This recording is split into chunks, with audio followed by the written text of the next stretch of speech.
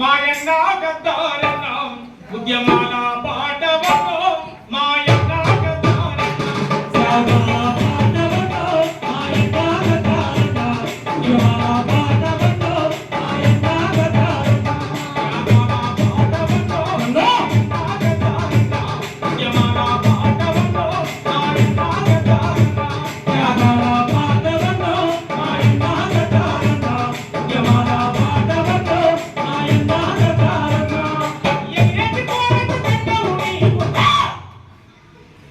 ఎగిరెత్తి పోరాట జెండావు నీవు మా పక్క పరసానల దండవు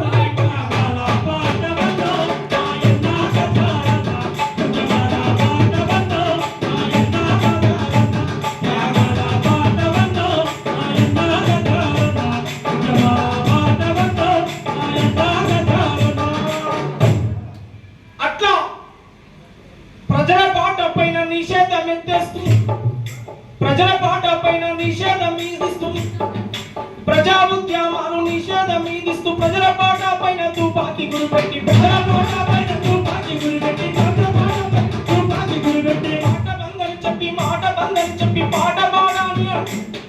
అరే పాట పాడొద్దని పాలకులు ప్రకటిస్తే పాట పాడొద్దని పాలకులు ప్రకటిస్తే పాలకులు ప్రకటిస్తే ప్రాణమైన ఇస్తగని పాటను రాని ప్రాణమైన ఇస్తగని పాటను రాని దండకారణ్యము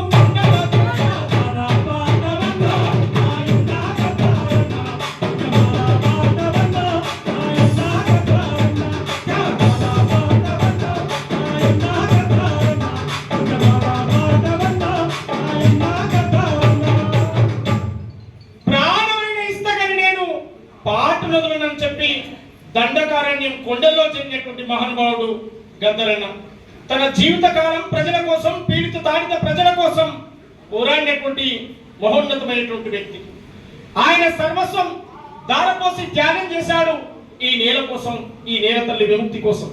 ఆయన ఏ పాట రాసినా ఒక హిస్టారికల్, ఒక చరిత్ర. ఆయన ఏ పాట రాసినా ఒక హిస్టారికల్ పాట ఉంటుంది. ఏ పదాల అల్లిక చూసినా, ఇంతకుముందు ఉషక్క చెప్పినట్టుగా ఏ పదాల అల్లిక చూసినా, ఏ పదాల పొందిక చూసినా సాధారణ మానవుడు గొడ్డలి సిప్పందుకొని లేదా గుర్తుపందుకొని రాయెత్తుకొని రప్పందుకొని ప్రజలను పీడించే దొంగల పైన యుద్ధం చేస్తారని సిద్ధం చేసేదే గద్దరన్న పాట.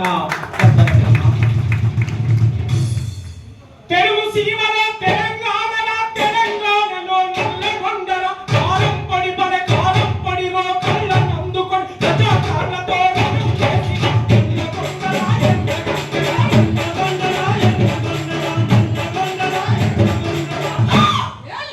నువ్వు నరగొండ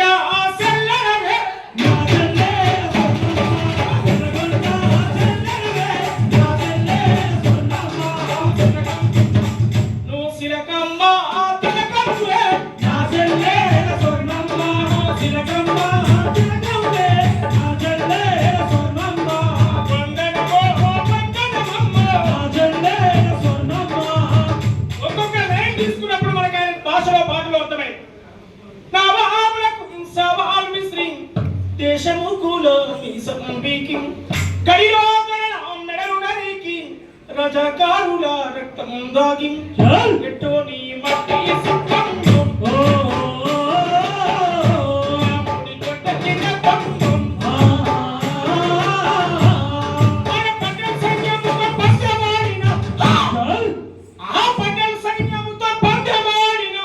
ప్రపంచ చరిత్రలో నెత్తుని గురుతు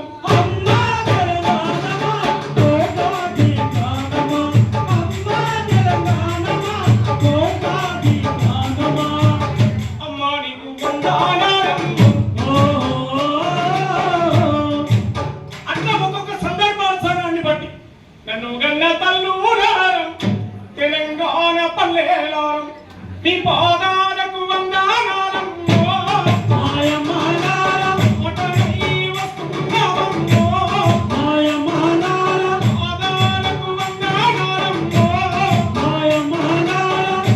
అట్లా ఒక్కొక్క పాటలు హిస్టారికల్ పాటలు 17 భాషల్లో ఒక్కొక్క పాటను ఒక్కొక్క రూపంలో తీసుకొని 17 భాషల్లో ఇంద్రవెల్లి కొండల్లో దండు పుట్టిందో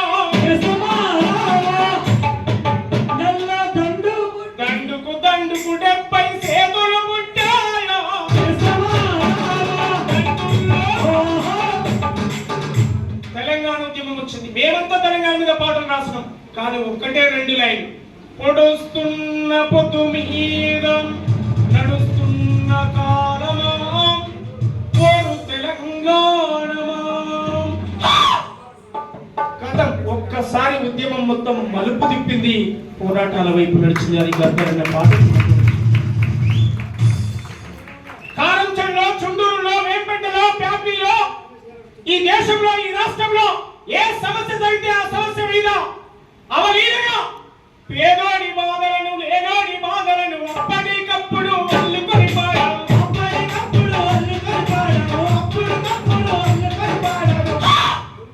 ఏ కావమారో కల్లియమారంటూ 17 భాషల్లో కలబెట్టి పాడారు.